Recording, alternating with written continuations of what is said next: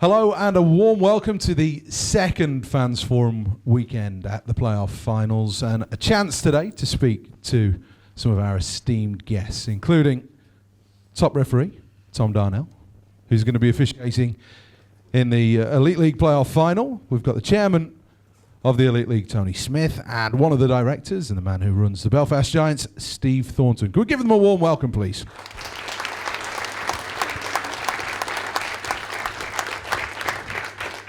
Thank you very much for all of you guys for taking the time to come and join us. There may be a few sore heads in the room, I'm sure, after the celebrations and the partying of yesterday. What I'll ask is, if you've got a question, stick your hand in the air and we'll get a microphone to you, ask your question, and we'll let the guys get on with answering it. Please feel free to tweet, please feel free to Periscope if you like, or anything else, social media wise. Right, who wants to kick us off then with the first question of the day? You want to go first? Here we go. Hello. It's rumoured, or it has been said, that you're going with the 4 official system next season.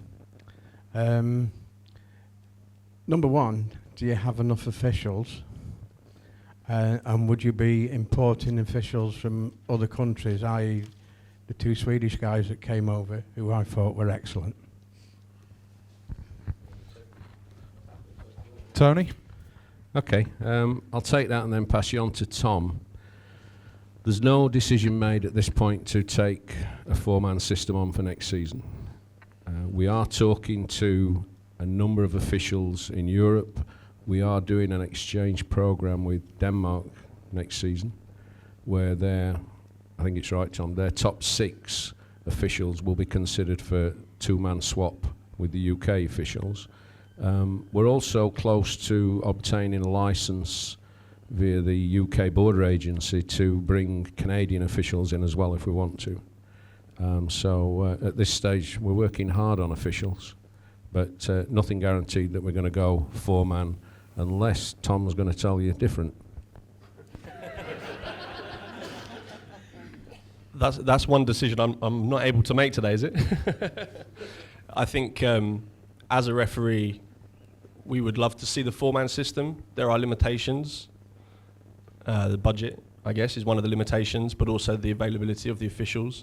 But as Tony says, there's a lot of work going on to support us in our development and bring in other officials. But I also think that we need to look at it at the grassroots level in this country and have more officials making their way through the ranks. And I worked the game yesterday with Tom Perring.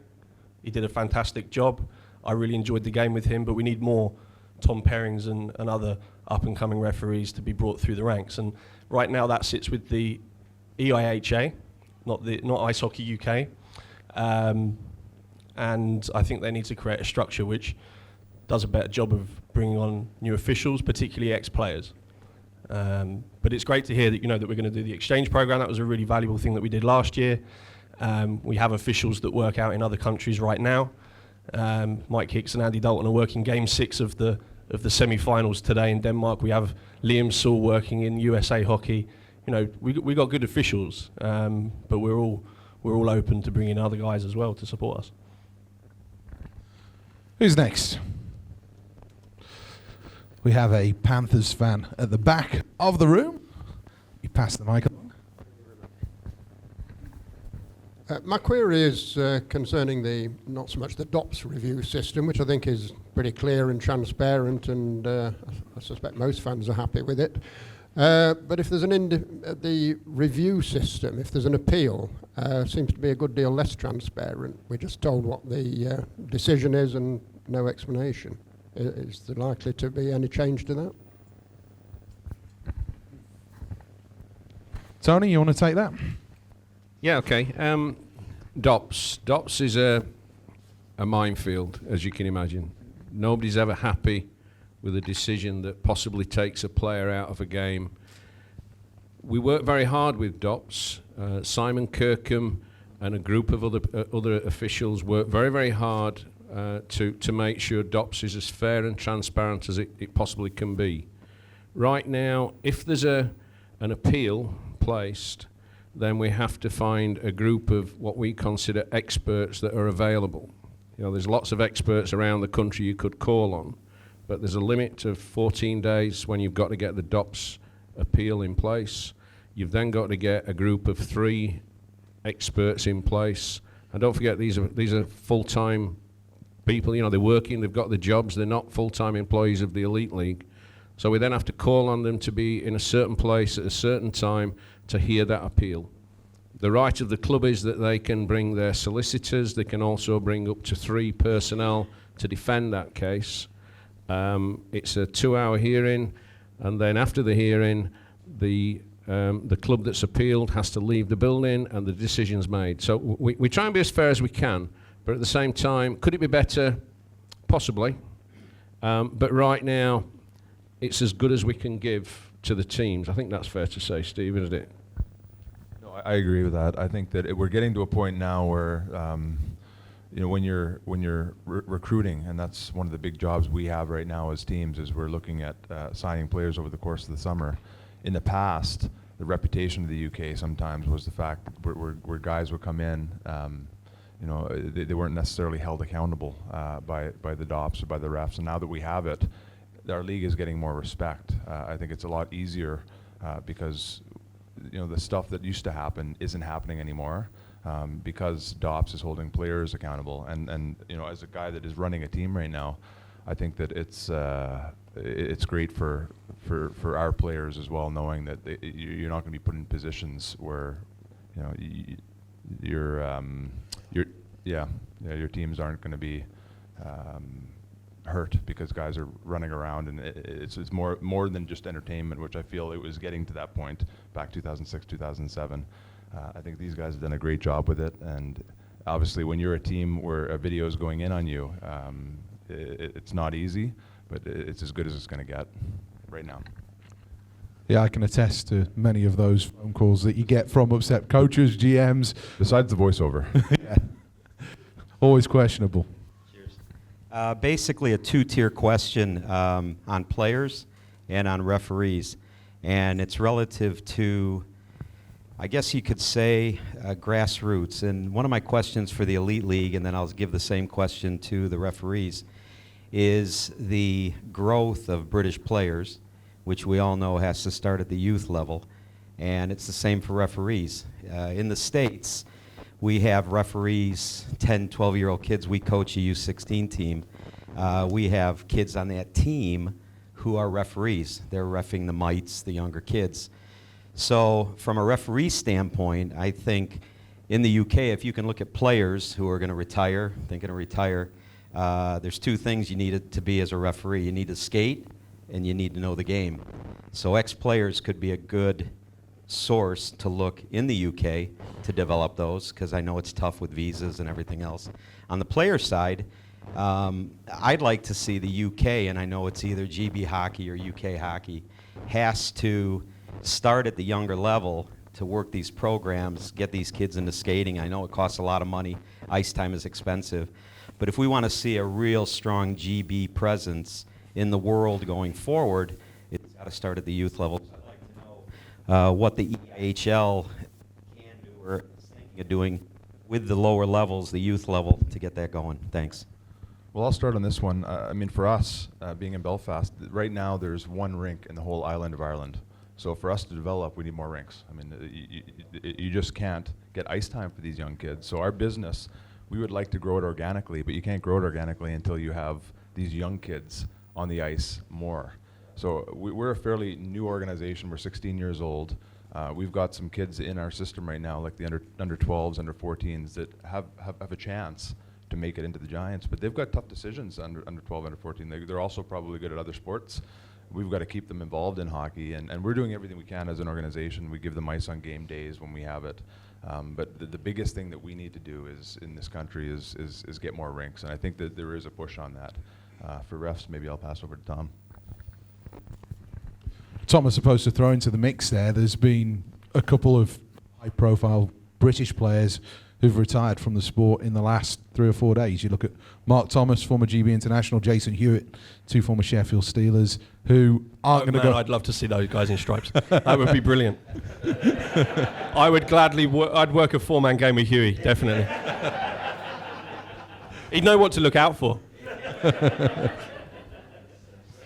But do you see that? I mean, I completely agree. I 100% agree. And I go back to when I started refereeing. Bob Brahma ran a training seminar in Milton Keynes, where I grew up. And he invited, it was all the junior players. And I think 5 of us then started to referee junior hockey. And I think of that crop, I'm the one who made it. But there were 30 kids in that room. You need to bring 30 kids into the room for 5 to try it, for 1 to then think that they love it. And unfortunately, that system doesn't, that structure doesn't exist, or I don't see it existing in the grassroots level. Now, I think the guys in the EIHL do the best that they can do, but this isn't something that we should take an amateur approach on. It needs some fundamental structure, and it's not for me to, or any of the guys that are more experienced to impose upon them. They should create a structure that we can then contribute towards, and it should be ex-players, either ones that have come to the end of their career maybe in the pro level, or kids that didn't make it. And that was my circumstance. I wanted to stay in the game, so I became a referee because I wasn't a very good player. But I knew hockey, and I'd played to a certain level. So you're absolutely correct. And until we have that structure, we're going to struggle to then do the 4-man system right at the top level, and that's why the whole thing's all connected up. We'll move on. Hello there. Yeah, my question is, what can the board and wider league do to support the Edinburgh Capitals to A, grow as a viable franchise, and B, ensure this season's negative occurrences never happen again? We thank Scott Neal for his question. Tony? It's a very good question. I think there's an old saying that you help those who help themselves. Now, that might sound contentious, but you have to work hard at a franchise, okay? If Scott was in the room, I'd tell him exactly the same. You have to work hard at your club. You know, Sheffield 5 years ago wasn't where Sheffield is now. And I'm sure that there's other clubs that have worked hard. Attendances are increasing in this league. Why? Because we have a product on the ice that fans want to come and watch. You can't put paint to dry on the ice and expect people to pay good money to watch it. It's just not practical. In Edinburgh, they're a lower budget team, and Edinburgh starts off fairly well, and then they go downhill slowly. That's not being unkind to Scott, but it's a trend that's happened most seasons. You need more input. You need more investment into Edinburgh. You need more infrastructure in Edinburgh, because you can't run a club like Edinburgh in the Elite League with 2 or 3 people at the top. It needs more in the infrastructure to bring that club along. Scott knows this, and Scott has to start making some very tough decisions about Edinburgh at some point, because Edinburgh will continue to be a low-level club unless and it's a huge catchment area. You know, Edinburgh as an area is as big as Nottingham, as Glasgow, you know, within a few 100,000 people sort of thing, but it's a huge catchment area. It should be a huge organisation. It needs a bit of help, but the Elite League's not here to sort of prop clubs up anymore. You know, we don't give handouts. Clubs have got to stand on their own 2 feet. There's no sort of, you know, huge sums of money in the bank that we can give to a club to keep it going. It doesn't work like that. Everybody has to stand on their own 2 feet in the Elite League.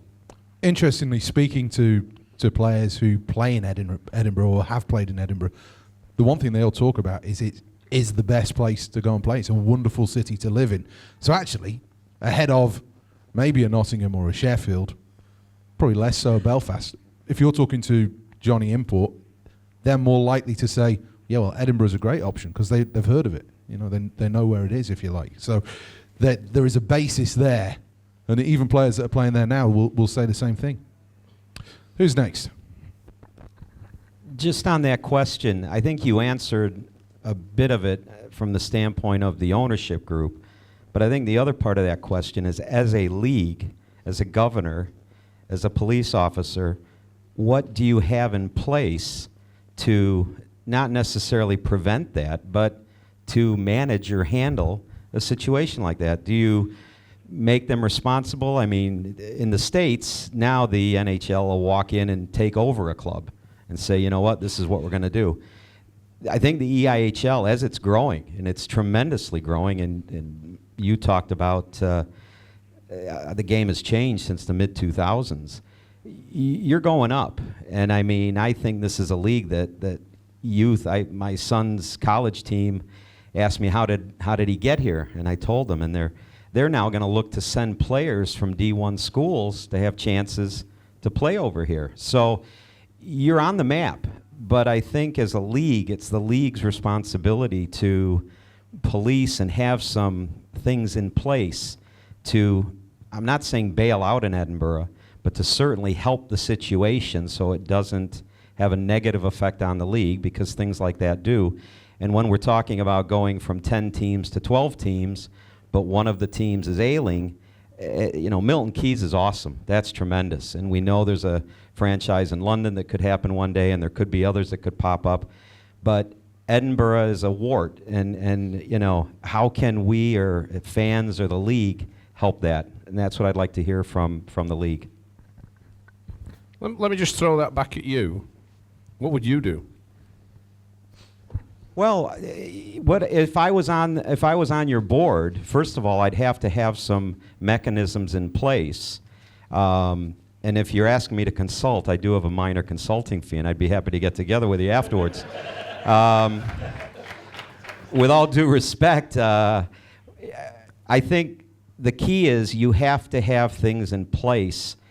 In business, the inevitable is when things don't go well. When things are going well, we can all be sitting in this room happy as a lark. But in business, good businesses look for problems before they come. And I think as a league now, you've become a very elite league around the world, not just in Europe, but you're noticeable now in North America. Why? Cam Jansen. He has been a poster child for this league, for a good hockey player to come over here and play, make an impact. And, I've seen he's on TSN. He's all over the place in the States. And it's not just Cam, it's the Elite League. So I'll give you my short answer. What I would do is I would have a mechanism in place in my board rules that would allow the EIHL and the owners would have to sign a document to where you would step in. You've answered all the questions that would make Edinburgh a great place. I'd love to move from the States and move into Edinburgh and run that team. The corporate sponsorship, the fan base, it can be very successful. So I agree that gentleman has to work it, but somebody has to kick him in the tush to make him work it. And if he signed a document to that effect, he's got a lot to lose if he doesn't. So that's what I would do. That's interesting. Reference Cam Jansen. I've followed him since the minute he came into this country and started playing. I followed him. Yeah. Who's he play for? But you're right. There's only one fundamental problem with your consultancy and your solution, which I'd be happy to pay you for afterwards. And that is that the person we're talking about maybe doesn't want to relinquish the ownership and doesn't want the help of the Elite League other than maybe financial, which is not available. But that's where this document is in place for the owners at some point to come in and sign this document. Yeah. That as a league, you have to force that upon them. But this is all retrospective now, and that's the difficulty. We're going to move on. You've had 3, 4, 7 cracks at it. Thank you. I just want to touch on what Tom Darnell mentioned earlier about bringing young and budding officials into the Elite League. There have been numerous incidents this year where a referee's got a decision wrong. We've had it once in Cardiff, once in Sheffield. The referee's got the decision wrong and it's been put on the big screen. And the fans have seen it, and the referees, walked out of the game, and, someone put on Twitter they wanted to break Tom Perrin's legs and were offering a bounty. And my real question is, what do the Elite League have to do to protect these officials? The video review we talked about last year has to come in. I've done a linesman course. I've seen, you look at some of the incidents this year in the Elite League. You look at Craig Peacock in one of the last games of the year with Stefan Hogarth, slashes him in the back of the legs, maybe accidentally, but irregardless, that would not have been reviewed by DOPS. That is a dangerous play and an insult to the referee and integrity of the game. What did the league do to prevent things like that? As I said, that would not have got reviewed, and Craig Peacock would have gone on and played the weekend. Had Cardiff not asked for that to be reviewed, that wouldn't have happened. And in my eyes, that's wrong. The referees need more protection. What did the Elite League do to bring that protection to the referees? It's Sean, right? I know you from Twitter.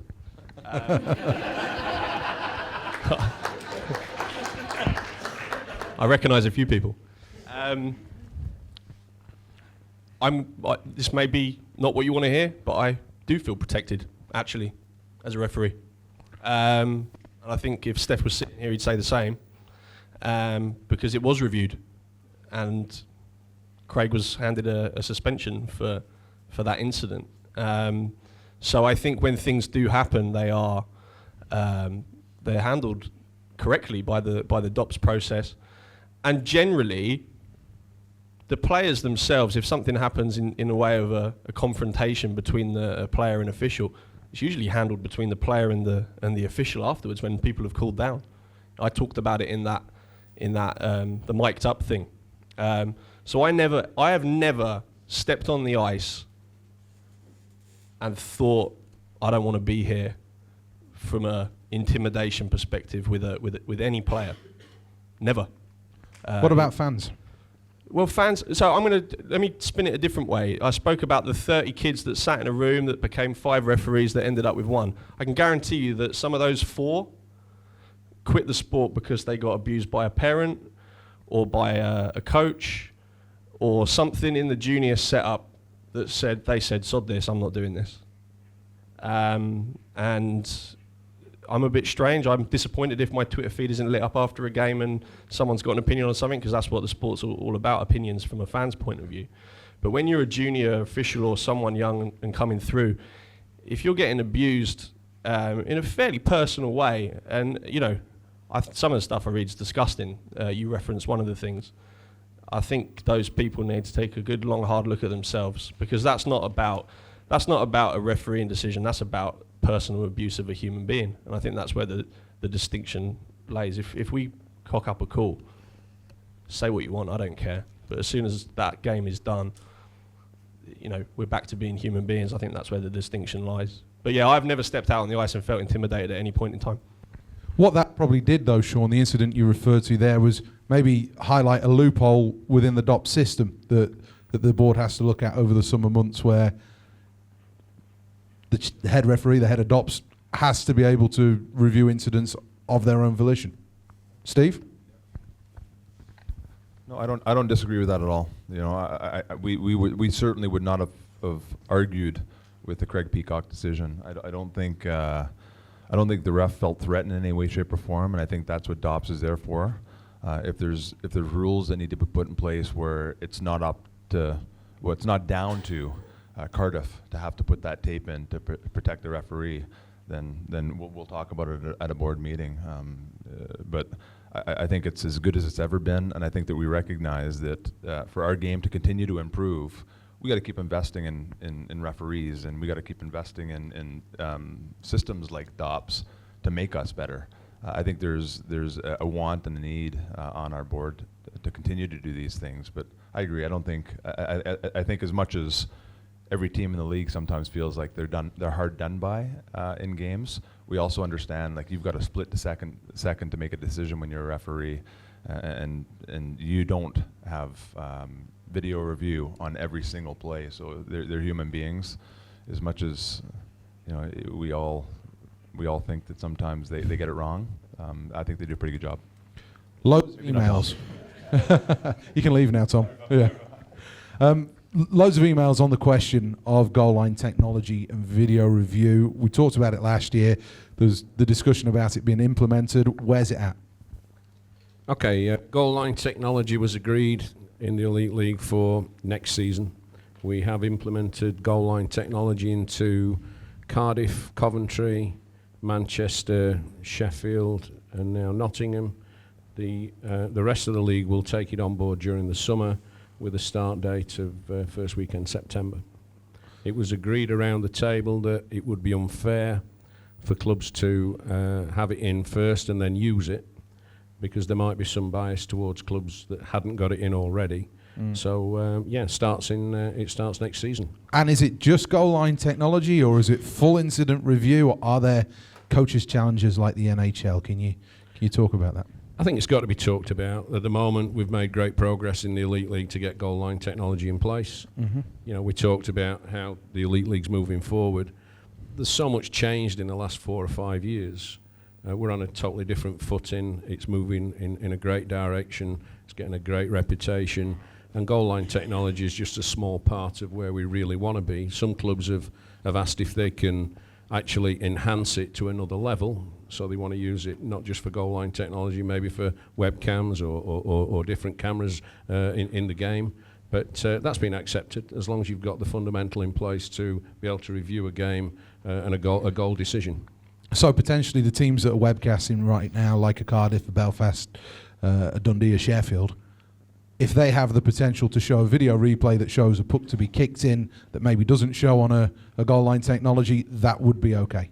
I don't see why not. What we've got to do is get the calls right. There'll have to be a discussion about that, but the important thing is to get the call right for the fans.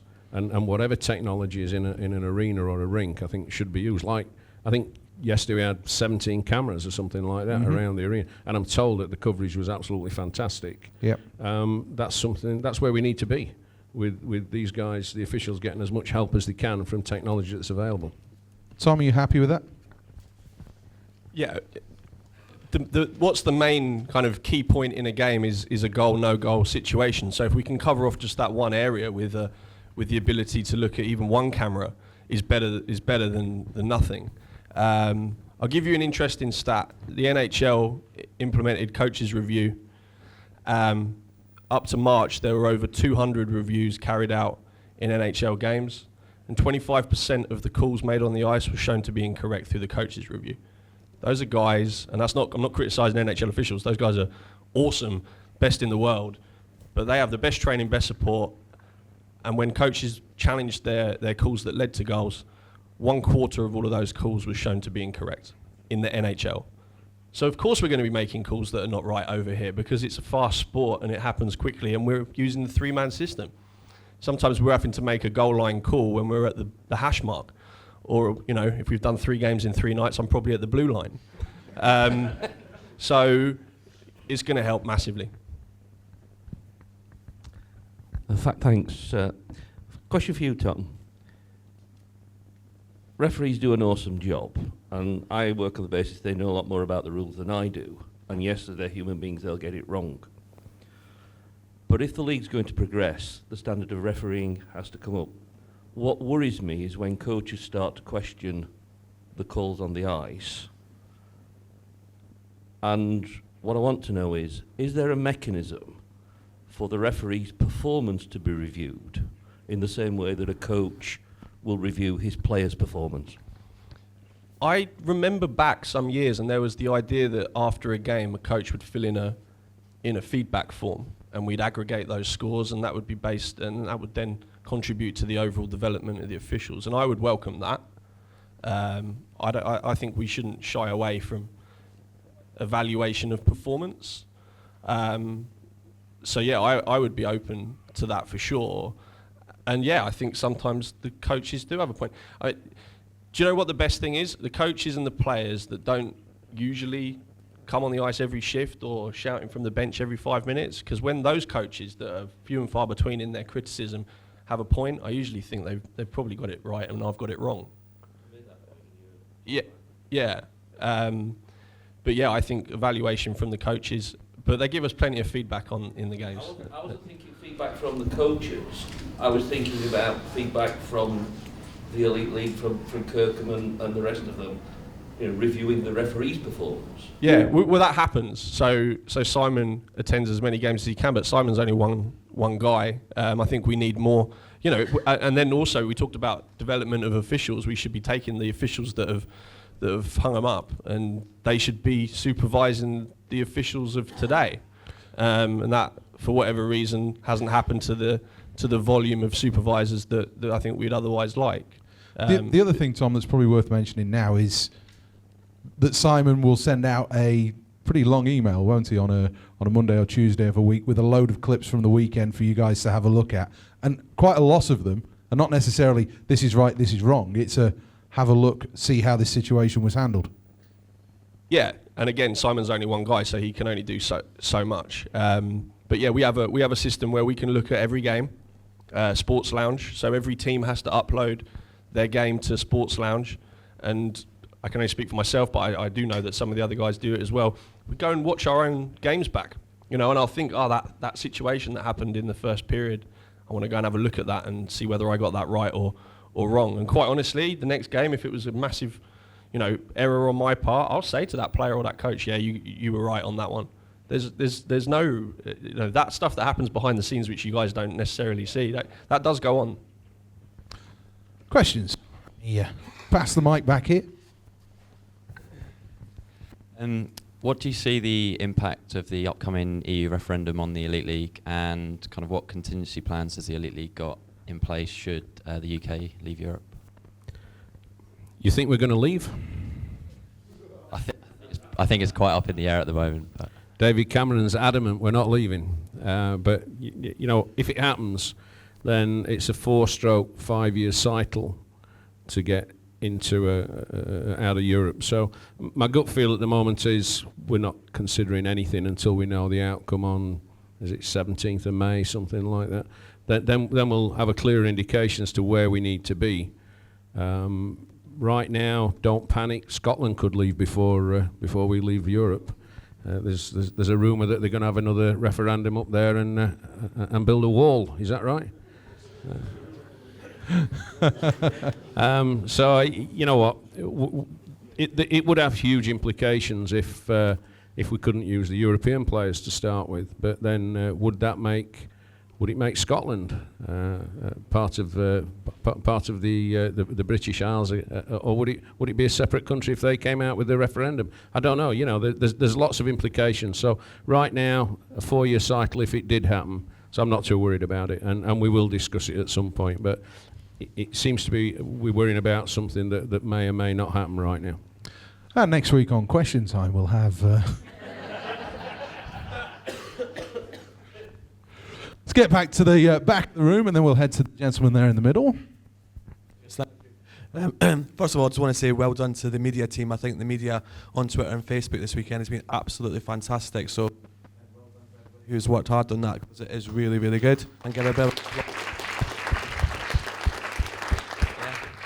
the other thing I wanted to ask was, we've been a couple of years and we've not had a sponsor for the league.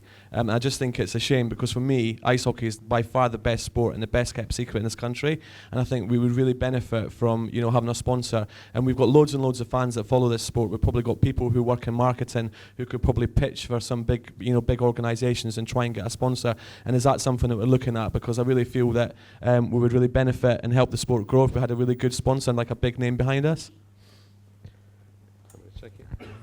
We're always trying for sponsorship. It's a fact. Ice hockey is the best kept secret in the country. Anybody who's involved in ice hockey knows how fantastic it is. Every night in Sheffield, people complain to me because they want the money back because they've only used a third of the seat instead of all of it, because most games are edgy seat stuff. We absolutely love people coming to hockey games and telling us how great the sport is. Can we get that message out there? It's difficult. Todd, Neil, myself, and a few other guys around that table have all tried very, very hard to get sponsors hooked on.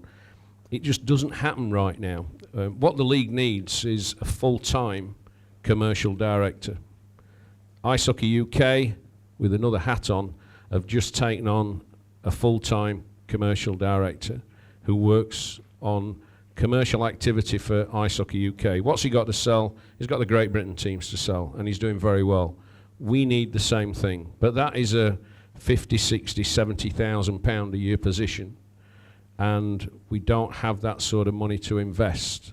And I know it's a chicken and egg situation, because if we had that sort of money, we'd invest it, we'd then get 3, 4, 5 times that back from the guy that was doing the job, or the person doing the job. It's very difficult. We're always on the lookout for sponsorship. We need more television coverage. We're trying to work on that. As you know, recently we were on the BBC, on the website. That was important to us, as Seth will tell you. It was very, very important to make that connection. We hope we get more of that in the future, and that might lead to more interest. There was a potential sponsor last year £250,000. It's a lot of money. They were either going to choose ice hockey or one other sport. They opted for the other sport, which unfortunately was netball. And that's the reality of the situation. There's more people on the ground playing netball right now than there is ice hockey. So, Steve earlier on said we don't have enough ice rinks. There's plenty of netball courts in this country, so that's why they made the choice. And that's the reality of the situation. We have to find someone who can sell this product, which we all believe in. But right now, we don't have that go-to person. Thank you. Thanks. This is a Team GB question from a Scotsman, so maybe we're not going to leave. From the outside looking in, there seems a lot the Elite League could do to help our national team improve their results and standing in the game. For example, drop the import level, but allow dual nationals not to count as imports, which is similar to how other European leagues operate, and also take part in the European breaks to allow Team GB to play more international games. Would that be considered? Okay, I'll take this first and I'll pass it on to Steve because I know he's got thoughts on this as well. I'll go back to watching paint dry, which I mentioned earlier. You can't lower the products. You can't reduce the quality. We watch ice hockey right now. We're selling out arenas all over the country because the product is so good. And it's so good because we've invested in imports. The answer is not to reduce import levels to make Team GB better. The answer is to make better GB players. And how you do that, in Sheffield we've just signed 2 apprentices, okay? And these kids are 2 of the best players at their age group, but they're a million miles away from being on the ice with an Elite League team right now. They're 2 or 3 years away. What we need are kids like this to come under the wing of good coaches and get those coaches to make these kids understand just what it takes to be a professional hockey player. You talk about swimmers in this country. They're in the pool at 5:30 in the morning, swimming every day, 7 days a week. Ice hockey kids aren't doing that. I know they haven't got the ice, but they're still not at that level. You need kids to understand just how difficult it is to make the top level in ice hockey. Give them to the coaches, make them work their backsides off for 2 or 3 years, and then there'll be the Jonathan Phillips and the Robert Dowds and Weavers of this world. That's what it takes. It's not a question of dropping the import level to give them more ice. When the kids are good enough and 4-line hockey is a permanent thing in this league, they'll get the ice that they want. But reality is you only want 27 players in a squad. So 3 per team in the Elite League is what we need to generate. And that will give us the kids of the future. And that's the way forward. Not to drop levels and give 7 or 8 British kids the chance to play hockey. There's development leagues under the Elite League that can do that. This is not a development league. This is a league where you take the best of the best and you make them better. And then they become good enough to play on a world stage, which is where they should be. And right now, the Elite League's a great level to take kids into and then move them into international games because they're not a million miles away when they start playing on the world stage.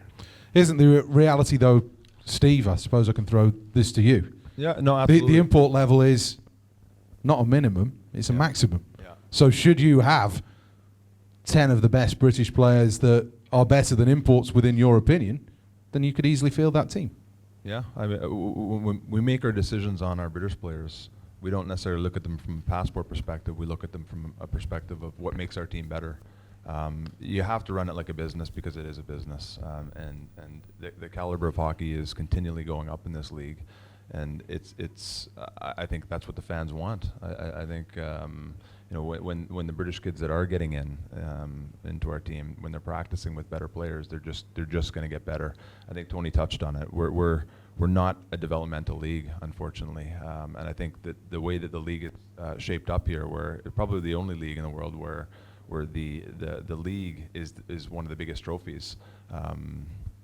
It's hard when you're a coach. Like, you put your coaching hat on, and you've got a young kid on the bench, and then you've got a guy who's played 200 NHL games, and you've got to make a decision whether you're going to double shift this NHL guy or put like a young 18-year-old on in a 1-goal game. And I'd say 80% of our games this year were 1-goal games. It's an easy decision from a coaching perspective. You've got to go and try to win. In terms of GB, you know, I was born with a British passport. My family's from Sheffield.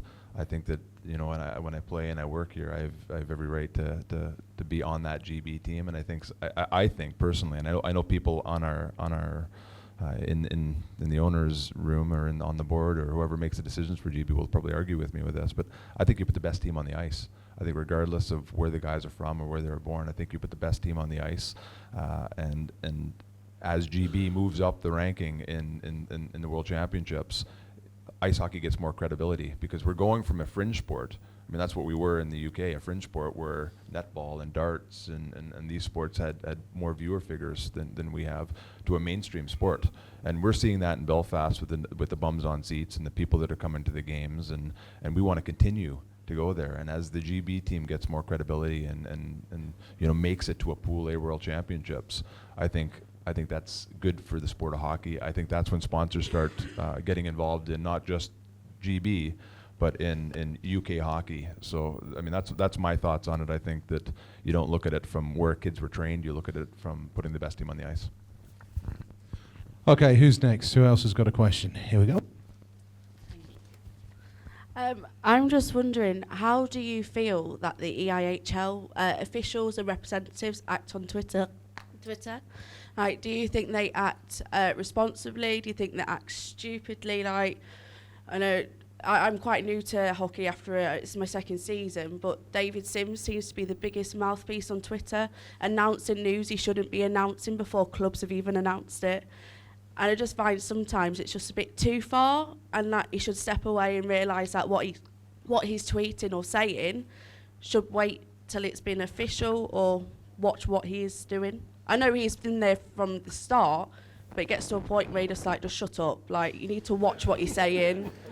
You need to be careful how you're acting. I mean, I'm an EPL fan as well in Hull, and how the officials and how the players act on Twitter as well, they also sometimes need to watch what they're doing. So it can damage the sport in a way when people go, oh, that person's associated with it. Why are you acting like that? And why would I want to go? Because if he's acting like that, what's it going to be like down there? And what are the fans going to be like? Who's this Dave Sims you're talking about? I'm not sure. Well, Tony, that's our usual Sunday morning conversation taken care of. I'll say quick. I'll pass it on, but I'll say quickly. I think one of the strengths that we have in ice hockey, and I think back from when I came to this league in the 90s, was that you know, we've got hardcore fans because the fans have access to the players. What other sport?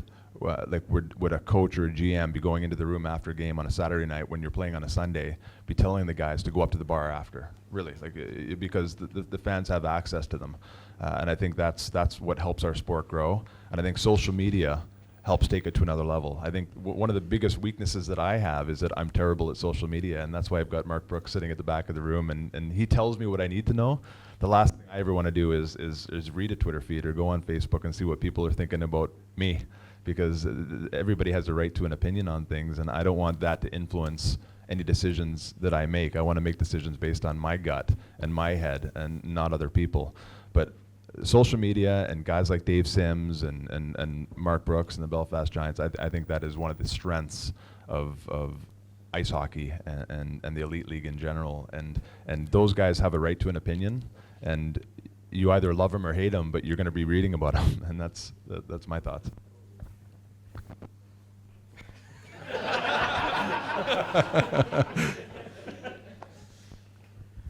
David Sims, where do we start? David Sims.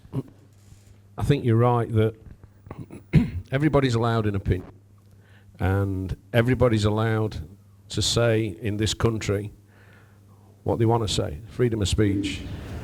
David says it as it is. And I've got to be honest, and I don't have a problem with what David says.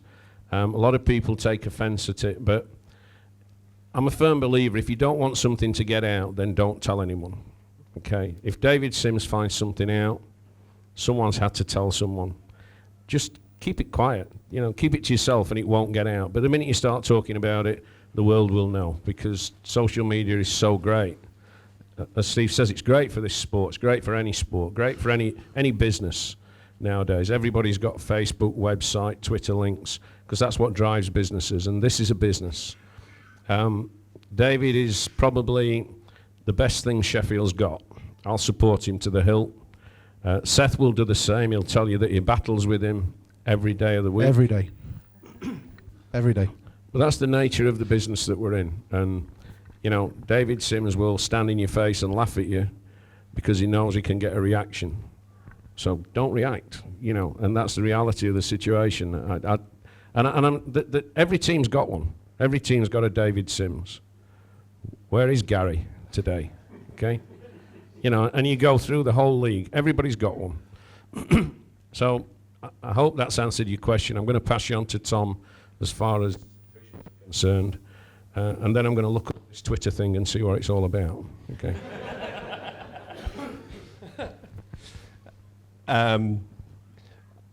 Again, I'd like to reflect Steve's point. There isn't any other sport. I think actually there is one guy, the rugby union referee. What's his name? Not yet. Lemons, yeah. Yeah, who's brilliant on Twitter in communicating with fans and, you know, doing other things to get whatever message out there that he wants to get out there. But it's very rare that a sports official would open themselves up to the feedback, shall we call it feedback, in the way that we do, and I like that. I think there's a line, you know, I like a little bit of the banter back and forth, but there's a line, and you'll probably notice I will never make a comment about a particular game situation that has any sort of if it's like a simple thing like why did the whistle go at that point and not at that point. Yeah, there's a clear answer and it can help educate some fans, then great. But generally speaking, where there's anything controversial, I'm not going to get involved in a debate about that because it's not right. So yeah, I hope actually the fans appreciate the presence of some of the officials on Twitter and their willingness to get involved in a conversation. What I'll add to this from a media department perspective is it's an absolute nightmare and it's brilliant at the same time, because the good thing is that there are the best part of 50,000 people that are telling you exactly what Simsy or the rest have said wrong on Twitter, so you can't make a mistake on that. The difficulty is then, what does the league do? How does the league enforce things? There is a social media policy that all the players and the club officials have access to, and I think it's an ongoing conversation for all the clubs, the boardroom particularly, as to how they enforce that, and how strictly they want to enforce that as well. Because, as Tony mentioned, the conversation, and the conversation this weekend is, you know, I think we had 750,000 impressions on our Twitter account yesterday. So that tells you that there's a constant conversation going. Some of it's good, some of it's less good, and it's working out how we navigate through that in the coming 12 months, coming 2 years, whatever. And it's difficult. It's really difficult, because where's the line? At the end of the day, what you think is inappropriate, somebody else doesn't. They think it's okay, and it's trying to work out how you go through that. So it's not easy. Just touching upon the social media, certain teams are really good at it, other teams aren't as good, and we're not competing for fans. Would it be possible to organise a seminar for all the teams to come together, share their ideas about social media, instead of one team having to call another and say, right, what are you doing this week? Help integrate team banter as such as well. We've seen it in the EPL. They've had noughts and crosses games being going on between teams before games, saying, right, whoever wins this wins the game kind of thing. Is the league looking at promoting social media further? Because it's a free aspect, it's free publicity. Yes, you've got to pay someone or get a volunteer to run it for the team, but it's free marketing for a team, and it's impressions, 45,000 for the playoff weekends. That's 2 days. What about for a full season? The league's made a massive investment this year in social media, in PR, and it's stood there. Thanks, Tony. No, in all seriousness, we had Chris for a few years. Chris is now working with Seth, and if you look around the league, you see the different videos that we're using. Dave's constantly on board. It's getting better. Nothing happens overnight, and I think you've got to accept that. Forums, I think that's more a thing for the clubs to organise themselves rather than through the league. the league has enough to do, if I'm quite honest with you. But the whole structure of the league is getting better. And since Seth joined, I think we've moved up to another level. And that for me is as good as it gets right now. Next year maybe we address it again, but for now I think it's going better. No, I agree, and I think that a lot of the teams have their guys that are doing it, and there's a lot of conversations go on between the guys, to find out what we're doing and how do we help each other. I think there's a general interest for the league, for every team to get better at it, because advertising costs a lot of money. And putting a billboard up in Belfast where you've got, a Belfast Giants logo where you're sitting in traffic and people see a logo sitting in traffic, it's not necessarily the best feeling in the world when you're sitting in traffic looking at a Belfast Giants logo. But when you make a video like the Nickerson video, or you do stuff like that that's quirky and that's funny, people remember it.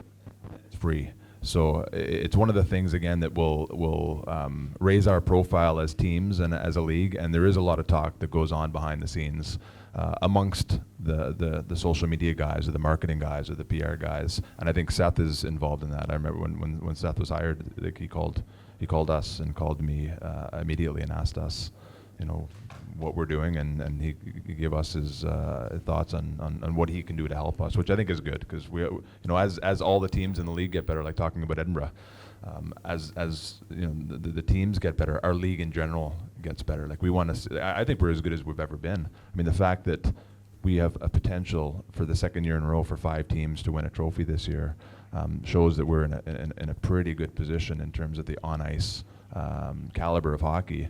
We got to tell people about it, and that's a great means to do it. Okay. 8 minutes is probably short notice for it, but are there any plans at the moment to replace the 3rd and 4th placed game?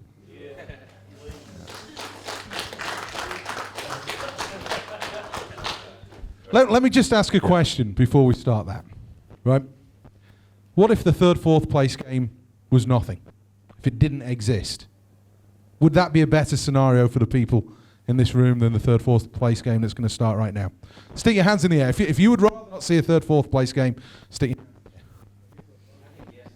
Hold on. Well, I could tell you what the players will say. Put your hands in the air, those of you that want to see a 3rd, 4th place game, or want to see a game of some kind. Okay, so you want to see a game of some kind. Okay, that takes the conversation into a different place, you see? Yeah, well, we were talking about this before. Like, we knew that this question was going to come up, and I was in this game last year, and it sucks. It really does. The guys don't want to be a part of it. Like we do it because we want to show value, and this is one of the best weekends of hockey in Europe. It really is. Like having a Final Four like this, where all the fans come to one spot, and it's family friendly, and there's an atmosphere going on like there is outside, and it's always nice weather in Nottingham, right? That's what I was told. It is an unbelievable weekend of hockey. So we want to make sure that we're doing things for the fans that has value. Like when they're buying a ticket, you want to make sure that they're entertained. Do we think it's perfect? Probably not. Like we're not sure what is perfect, and I think that's, when this question came up, we wanted to put it back at you guys to see what the answer is, because we've tried different things in the past. We won last year, so I guess it was not a bad thing for us, but it's not a perfect game. What do you guys think?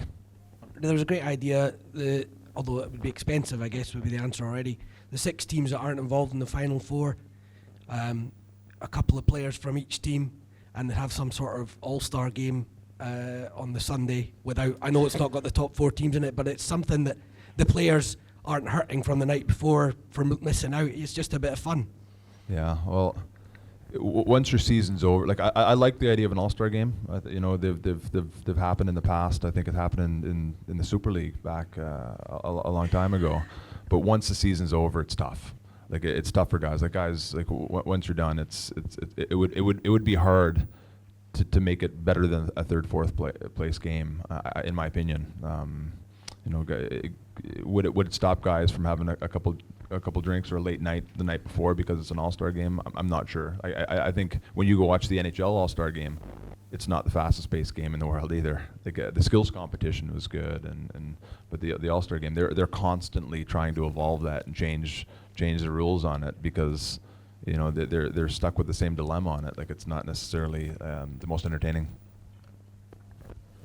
Pre-season question: what could the league do, or could the league do something to encourage some like international tournament which is not CHL style, where you play against teams which are 2 layers above us, but for example play in small groups of 2 EIHL teams, 2 Germany, 2 DL2 teams, playing a short tournament as a good preseason qualification, as a good also advertisement for the sports across Europe, which is very attractive, because looking back from a Bray Head perspective, the CHL games were wonderful for the fans that traveled there. There could be 1 away game, 1 home game, and a kind of final. And if there are several or more of those small groups, this could develop into a very, very nice pilot project or lighthouse project for the league. I think the thing you've got to bear in mind is the window we've got for the playing season. This year we start first weekend September, so you've got a couple of weeks in August to do that, or you've got to take a weekend out of the playing season. This guy will tell you that that's impossible. I'll tell you that's impossible, because we have to cram 2 or 3 midweek games in to complete the 31 weeks. You either do it August or you don't do it at all. And I think a lot of teams at the moment, if you're in the CHL like Sheffield are this year, they will start very early August. But normally we'd start about the 20th. And most other teams will start about the same time. It's the cost involved with playing these teams, because you've got to bring your team in a couple of weeks early, and that's quite an expensive exercise. Steve will probably throw a bit more light on that, but it sounds a great idea, but in practical terms, it's very, very difficult to do. And it's the same for the guys in Europe. They might have started a little bit earlier, but it works about the same in timescales. I agree, and I think just touching on what you said there, like I don't know if our league gets enough respect. Like these CHL teams are not 2 levels above us anymore. It really isn't. I think when we're playing against teams in the DEL, we're playing against teams from Sweden, and these are leagues that I've played in. The difference is we're flying guys in. They've got a week of practice together. They haven't skated a lot in the summer, and you're playing against teams that have been skating since the 1st of July. Like, if you played these teams in December, it'd be a different animal. We've got 14 imports next year. The quality of the British players are going up. The standard of hockey here is getting really good, and you can see that when we're beating some of these DEL teams. I think we're starting to get more credibility. But the reality is, for preseason, you do what you can to break even in preseason, and you have the preseason games because the league is an important trophy, and you can't afford to lose games, because probably 6 out of the last 7 years, I think it's come down to a point or 2 points in the title. You don't want to drop games early. It's August. It's light out until 11 o'clock at night. It's hard to put bums on seats, and when Nottingham plays Sheffield, you put bums on seats. When Nottingham plays a small team from Sweden that nobody knows about, it's not quite the same in terms of running the business. But we want to add content for fans. We're always trying to do things like that. We played Cortina this year during the Olympic break to try to add content for the fans and to see where we were at as a caliber of hockey in the league. If you're bringing in 3 teams for a preseason friendly, you got to pay for it too. We actually, every cost that Cortina had, we had to pay for it to bring them in. It's just not easy if you don't know that the fans are going to show up. But we do it because we want to prep for the season. Like, that's what Sheffield has right now. Like, they're starting early. You looked at the start that Sheffield had at the beginning of the season, because they started a little bit early. They were flying out of the gates. So the other 9 teams in the league are going to start thinking, what do we got to do to fly out of the gates? So all of a sudden you bring guys in a little bit early, and potentially you play games like that. But usually you're going to be playing against teams that are close to you and that are a rival. Okay, 2 more questions is all we've got time for.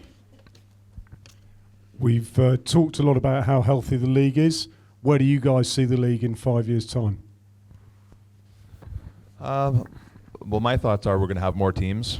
I think the caliber of hockey is going to go up again. I think we're going to have more bums on seats. I think we'll probably have a TV deal. We'll hopefully have a league sponsor. I think the import level will either be at the same level or go up, because we don't want the standard of hockey to drop.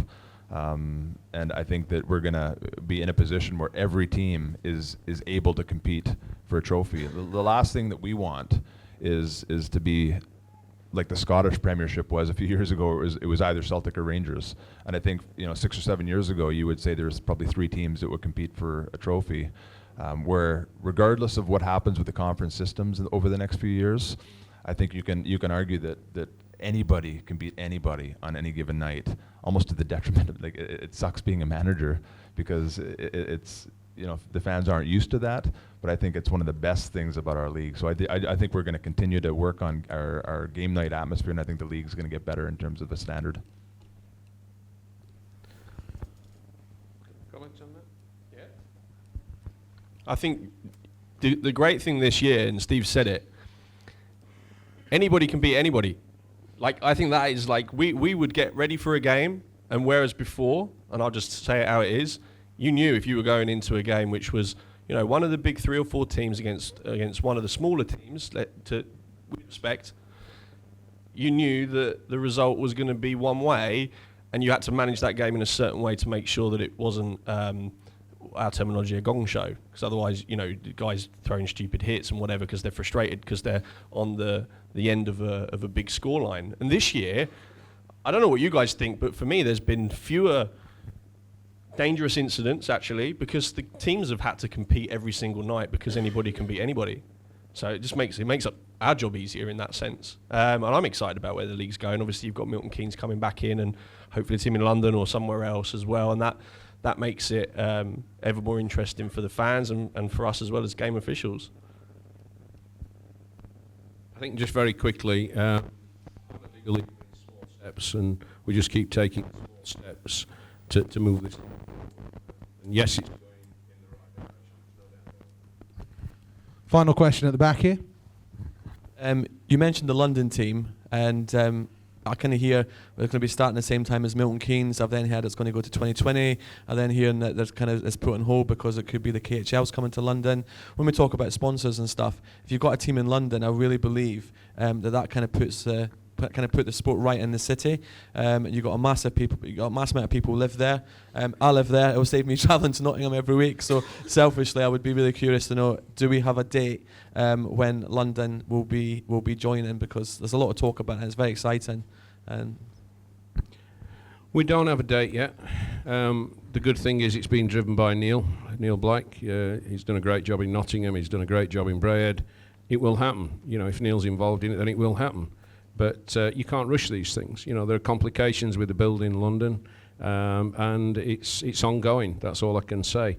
But whether it's 2018-19 season or 20, no one really knows at this stage. Neil will tell us. He keeps us updated month by month. But I've every faith that we'll be possibly 14 teams in 4 or 5 years' time, and that's got to be great for the sport.